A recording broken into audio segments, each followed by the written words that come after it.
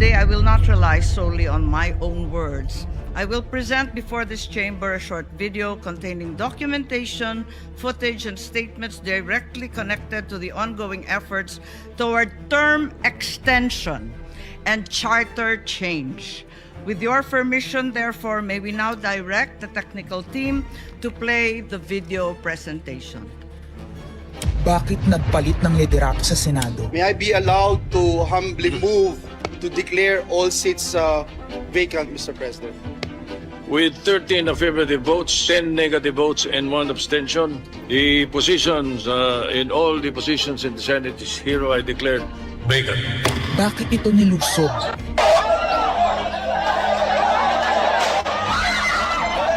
Bakit patuloy ang pananakot? Talagang garapalan, obvious na obvious, iniisa-isa ang majority. Bakit may panggigipit? Pinakakasuhan ng Ombudsman si Senator Rodante Marcoleta ng plunder at indirect bribery. Bakit may pambabaluktot ng kwento? Nililito nila ang publiko. Ang kainan ay naganap alas 4 ng hapon. Ang barilan alas 7. Pinagmamalaki nilang may nangangamusta. Si Camille Villar ang unang nag-update. Saka sila nagsi-reply. Last convo, 4 p.m. Next chat, 10 p.m. Bakit may demolition job? Bakit may pait? Bakit hindi matanggap? Napakaraming bakit. At narito ang mga sagot. Pero bago ang katotohanan, wasakin muna natin ang kasinungalingan. I, Alan Peter Shram Cayetano, having been elected to the position of Senate President, Hindi nagpalit ng liderato para sa impeachment. Hindi totoong pinapakalat ng mga nabulaga. Ito this time, medyo nagkabulagan. Ang impeachment ay labanan ng numero. Hindi ang mga Duterte aligned ang dapat mangamba, kundi ang mga sa umpisa pa lang ay may hatol na. Ang sinasabi, sir, ng ibang mga kritiko, itong Senate leadership shake-up ay tungkol lang daw sa impeachment. Lahat na i-connect. As I told you, may 12 kami. Si Bato is 13. So kahit nawala naman siya, ang pinag-uusapan dito is whether or not you will be able to get 16 votes. Hindi siya pagmumulan ng 16 votes. Wala siya doon eh.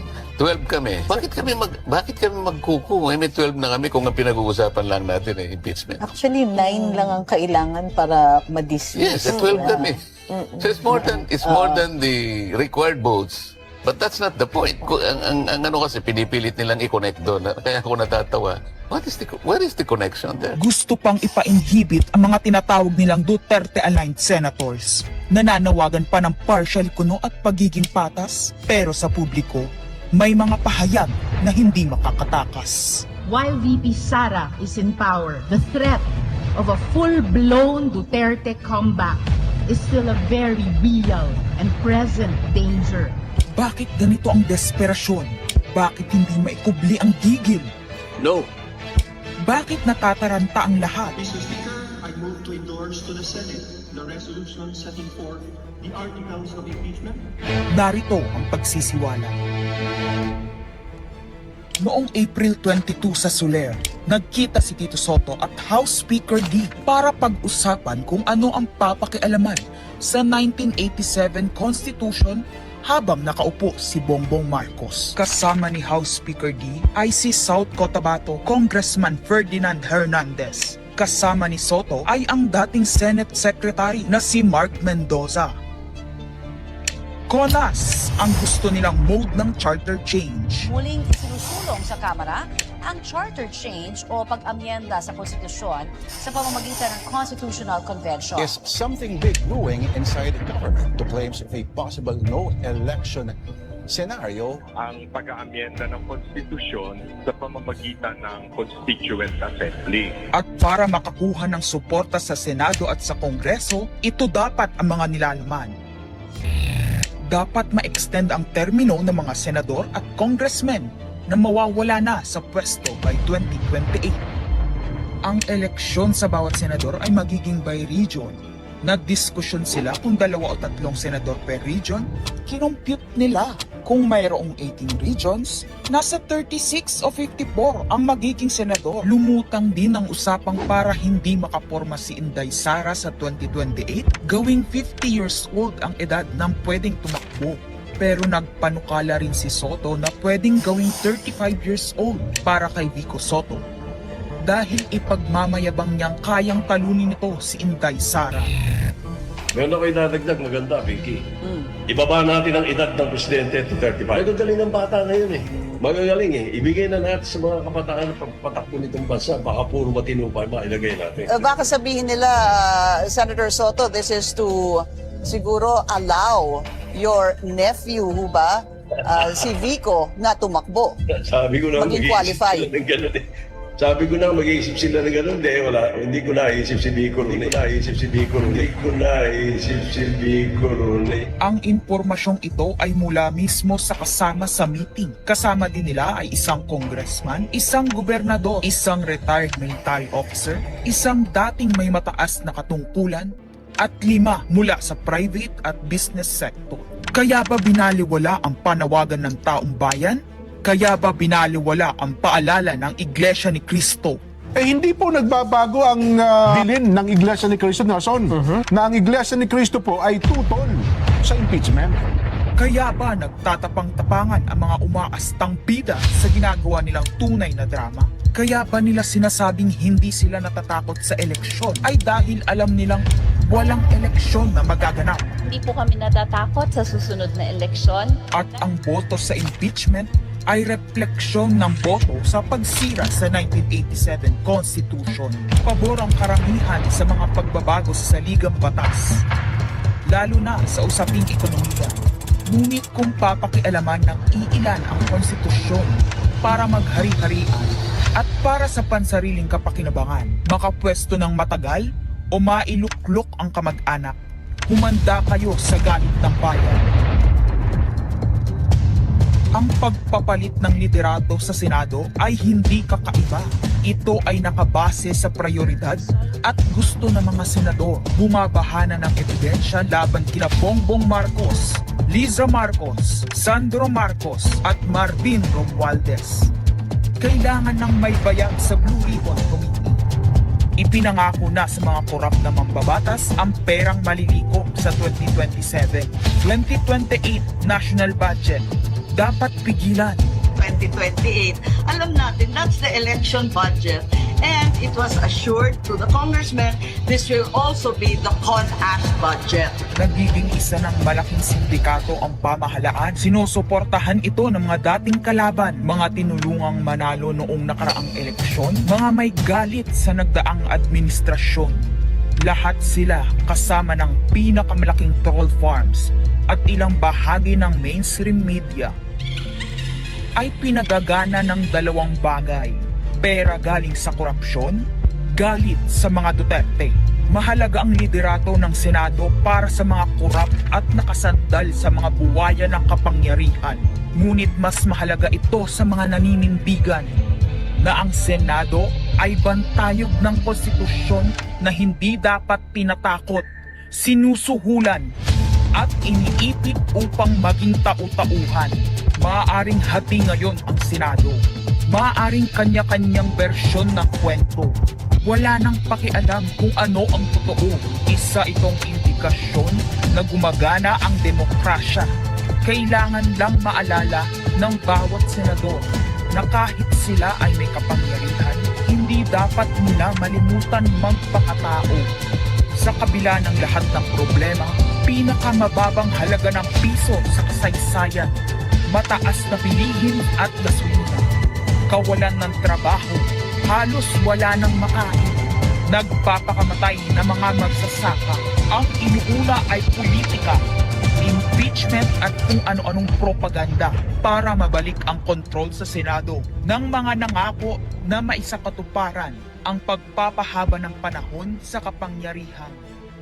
Magde-deny yung mga nandoon sa meeting na yon at pabubulaanan yung aking sinabi, then sasabihin ko kung sino ang nagsiwalat sa amin.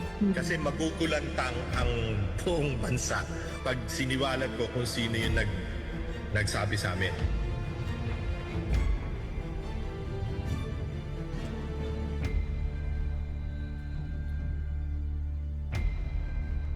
Impeachment, no elections, term extension.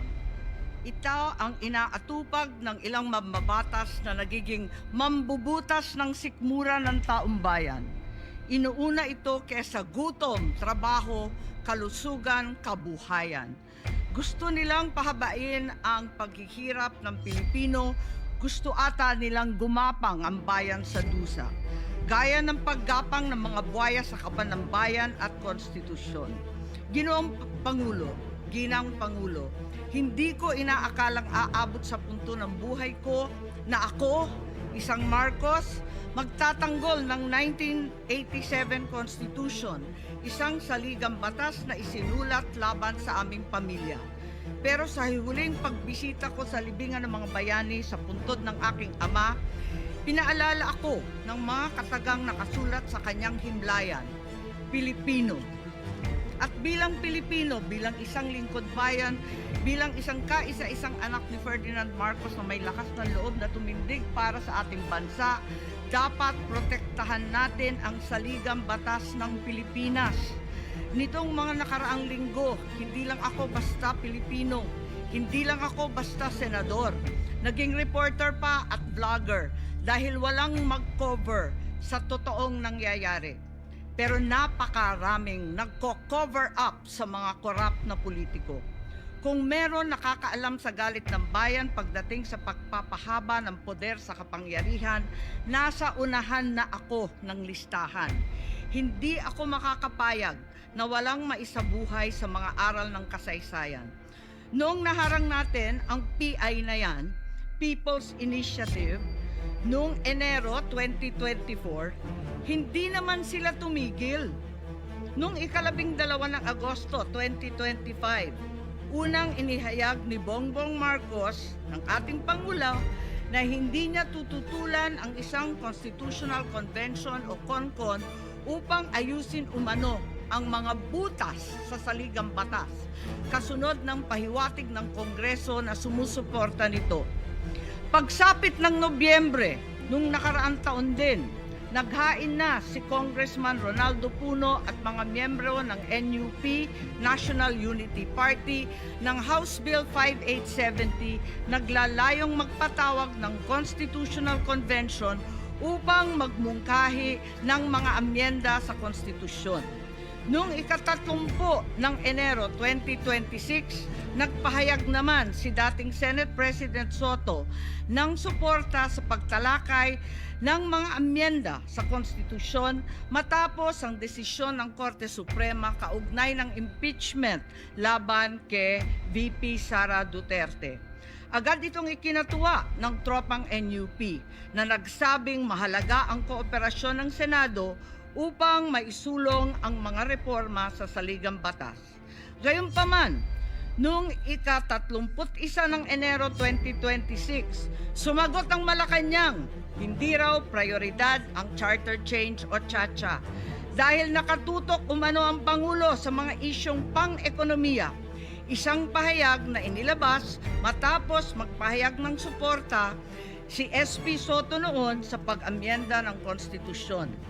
Sa gitna ng debateng ito, naghain noong ika-7 ng Pebrero 2026 yung dating ARTA Rabindranath Kilala ng isang radikal na panukala, buwagin ang Senado, pati na rin ang Kongreso at lahat ng lokal na sanggunian, paltan ng isang National Legislative Assembly, maari umano makatipid ng hanggang 1 trilyong taon-taon. Nung nakaraang buwan, formal din hinikayat ni Congressman Puno at ng NUP ang liderato ng Kamara na simulan ng pakikipag-usap sa Senado hinggil sa charter change sa pamamagitan ng Constitutional Convention.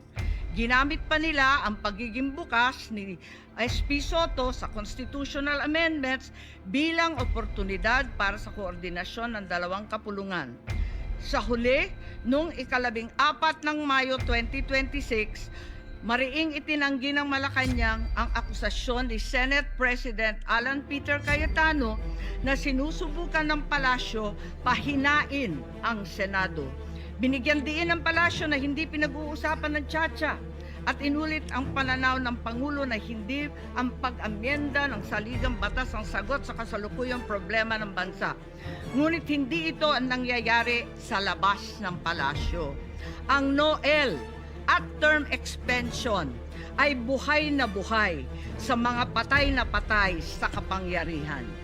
Pagkat sa kasalukuyang ika-20, ika-20 Kongreso, maraming panukalang naglalayong baguhin ang konstitusyon. Mula sa House Bill 368 ni Congressman Abante na nagsusulong ng CONCON hanggang sa resolution of both houses number 1 ni Congressman Garbin.